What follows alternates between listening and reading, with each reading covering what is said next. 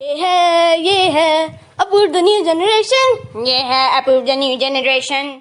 सो hey guys, मैं हूं Purv and welcome channel Apoorv the new generation. तो फिर आज की वीडियो में I am not doing game play और something other.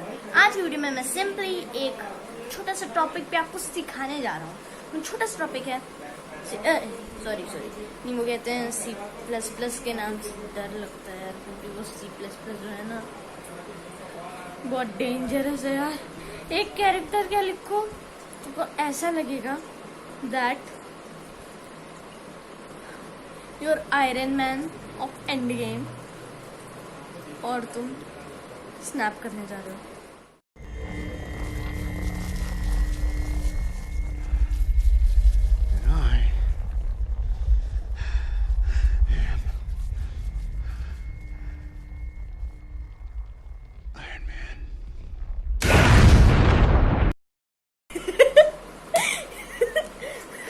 Guys, it was fully a joke. C++ बहुत इजी है। अब तक जितना मैंने सीखा है उस हिसाब से C++ बहुत इजी है। ऐसा कुछ नहीं है, ये सिर्फ आपको डराने के लिए मैंने सोच करा। हाँ, और नहीं तो क्या, आपको डराएंगे नहीं तब तक हमारा मन कैसे भरेगा। फिर भी आज मैं आपसे बहुत नाराज हूँ। पूछे क्यों? उसके पीछे का आंसर है कि आप सिर्फ वीडियो देखते हैं, ना उसको लाइक करते हैं और ना मेरे चैनल को सब्सक्राइब भी करते हैं। इसलिए आज आपको लाइक भी करना है, सब्सक्राइब भी करना है, शेयर भी करना है, और वो बगल में जो घंटा मिलता है ना उसको भी दबा दीजिए, ताकि जब भी मैं अपना नया वीडियो डाला करूँ तो आपके मोबाइल में बजे घंटा टिंग। ओके, तो इसलिए आइए सीखते हैं C++। हाँ तो गाइस, मैंने टर्बो C++, एक C++ एडिटर जिसमें आप कंपाइल भी कर सकते हैं, अपना प्रोजेक्ट रन भी कर सकते हैं, वो खोल रखा है, जिससे मैं अपना C++ एडिट करता हूँ। और इसको डाउनलोड करने का लिंक आपको डिस्क्रिप्शन में मिल जाएगा। अगर मैं ना दे पाऊँ, वैसे आपको एक यूट्यूब का लिंक मिल जाएगा जिससे आप कर सकते हैं हाउ टू डाउनलोड इट। उसमें भी आपको लिंक मिल सकता है, डिस्क्रिप्शन मिल जाता है डिस्क्रिप्शन में। पर अगर आपको मैं नहीं दे पाया तो उससे देख लीजिएगा, वरना मेरा भी आप लिंक यूज कर सकते हैं। ओके, तो फिर कहते हैं C++ की ओर आते हैं। तो C++ में आपको सबसे पहले बहुत इजी, अगर आपका कर्सर डाउन है तो ऊपर लाना है एकदम यहाँ पे। हाँ, ओके, तो उसके बाद आपका आता है पहला टैग #include < iostream.h > तो फिर मैं आपको क्या बताऊं, it is a header file. इसका मतलब होता है इनपुट आउटपुट स्ट्रीम। ओके, तो फिर ये एक हेडर फाइल है, तो हर हेडर फाइल में .h लगता है, इसलिए कहते हैं आप .h से समझ सकते हैं कि ये एक हेडर फाइल है। ओके, तो अब इसके बाद आपको आपकी पहली लाइन जैसे कंप्लीट हो चुकी है, तो इसलिए आपको नेक्स्ट लाइन में जाकर लिखना है #include < conio.h <। तो फिर आप पूछेंगे कि अब ये क्या है, तो ये भी एक हेडर फाइल है, ऑफ कोर्स ही बात है। फिर भी कहते हैं अभी मुझको इसका खुद थोड़ा बहुत इसका भी मतलब समझना है, क्योंकि मैं अभी समझ नहीं पाया हूँ। ऑलराइट, तो फिर कहते हैं आप देख सकते हैं कि आपकी अब 2 लाइनें कंप्लीट हो चुकी हैं। तो इसलिए अब आप कहते हैं बहुत इजीली आगे की अब अपना कर सकते हैं, कि ये हेडर फाइल की सिर्फ 2 लाइन्स अभी तक मेरे को पता चली। अगला है void main। तो अभी void main जैसे आप लिख देंगे वैसे ही आपका जब इसके बाद आपको normal bracket open normal bracket close भी करना रहेगा विदाउट एनी स्पेस। और हाँ, इसमें कुछ भी आप बिग में नहीं लिखेंगे, एवरीथिंग स्मॉल।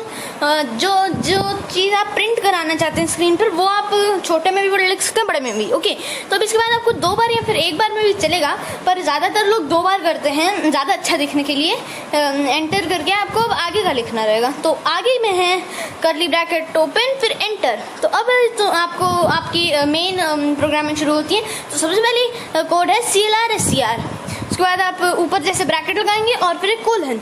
तो ये आपको बता दूं, CLR SCR का नॉर्मली ये कहते हैं काम क्या होता है, तो क्लियर द स्क्रीन। यानी कि मान लीजिए आपने एक बार अपने प्रोजेक्ट रन किया, उसके बाद आपने फिर से अगर वही चीज़ रन करी, तो फिर कहते हैं वो अगर आपने CLR SCR नहीं लगाया, तो फिर वो कहते हैं जो लास्ट टाइम आपने रन करी थी उसमें जो आउटपुट आया था, वो आउटपुट कहते हैं आपके बाद में भी, मतलब वो आउटपुट आपके में फिर से आ जाएगा, वो आउटपुट प्लस न्यू आउटपुट।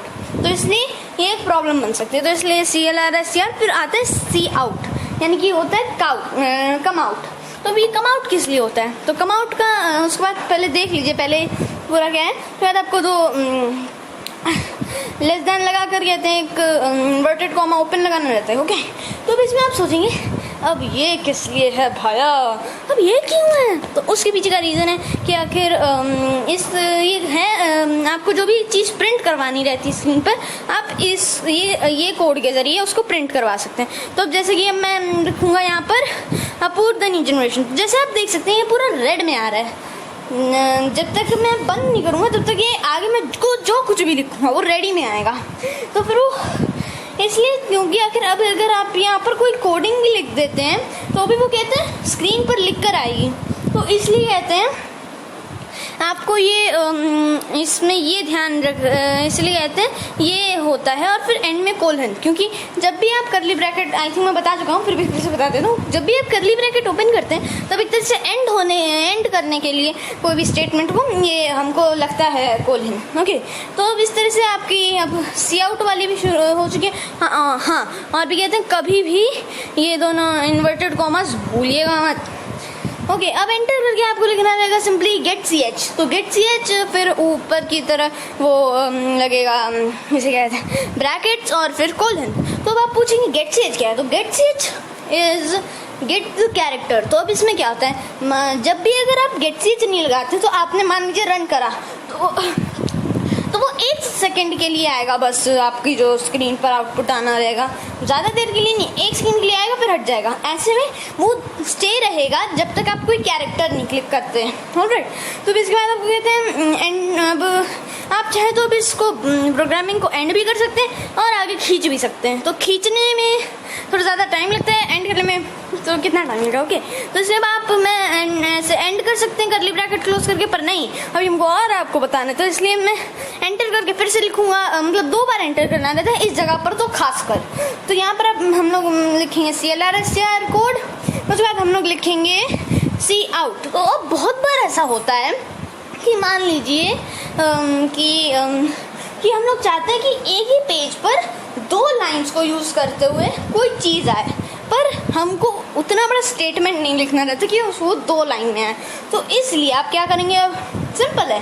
तो अब इसके लिए सबसे पहले मैं लिखूँगा सो हे गाइस। ऑलराइट, तो कहते हैं ये सो हे गाइस लिखने के बाद आपको सबसे पहले ये पूरा का पूरा ये बंद कर लीजिए अपना वो जो कहते हैं वो हाँ ये इन्वर्टेड कॉमास और फिर लेस देन एंड लाइन होता है अगला आपका कोड। एक तरह से ये एट्रीब्यूट है लाइक इन HTML, राइट। तो ये बात है। और भी कहते हैं वो एंड एल जैसे आप लगा देंगे उसके बाद आपको कोलन लगाना पड़ेगा। आपकी बात पहले नहीं बाद में लगेगा। फिर आप फिर से सी आउट लिख कर पूरी कॉपी कर लेंगे सिंटैक्स, और उसके बाद कहते हैं आपको आगे जो चाहे वो लिख लीजिए। मैं लिखूँगा आई एम अपूर्व। ऑलराइट, तो उसके बाद अब कहते हैं मुझको इसके बाद और अगली लाइन पर तो कुछ लिखना नहीं है, तो मैं यहीं पर अब इसको बंद कर दूंगा। और अभी तक मुझको जितना आपको समझाने को लगा, अब मैंने आपको उतना समझा दिया, तो मैं इसको बंद कर दूंगा। तो बंद करने के लिए सिंपली नहीं, सबसे पहले मेरे को गेट सी एच लगाना है। हम कैसे भूल सकते हैं इस प्यारे से चीज़ को। अरे तो गेट सी एच वाला कोड लगाने के बाद क्योंकि मुझको और कुछ नहीं करना है, इसलिए मैं एंटर करके आपके साथ इसमें एक करली ब्रैकेट क्लोज लगाकर अब इसको मैं कंपाइल करूँगा as my coding is finish. Okay, तो कंपाइल के लिए यहाँ ऊपर से आप कंपाइल पर उस पर कंपाइल टैब में जाकर कंपाइल कर सकते हैं, या फिर कीबोर्ड शॉर्टकट है Alt+F9। ऑलराइट, तो मैं Alt+F9, तो ये सक्सेस। तो अगर यहाँ पर कुछ भी गलत होता तो ये सक्सेस की जगह आता एरर, और फिर वो आपका एरर बताता भी कोई भी की क्लिक करने पर। तो मैं अपनी तो फिर अब मैं रन करूँगा, तो रन के लिए ये आ जाता है Ctrl+F9 होता है शॉर्टकट। और अगर तो ये देख लीजिए आ गया पूरा न्यू जनरेशन। अगर मैंने आगे कुछ नहीं लिखा होता तो फिर अभी आगे की तरफ अगर मैं L दबाऊंगा तो देखिए सोहेगा जैमापुर नहीं आता, सीधे हम लोग वहीं पर पहुंच जाते हैं ये कोडिंग विंडो पे। ओके, तो फिर कहते हैं मैं आपको एक और चीज़ बता दूं, एग्जिट करने के लिए फाइल से भी आप एग्जिट पे जा सकते हैं, या फिर Alt+X। तो इस वीडियो में बस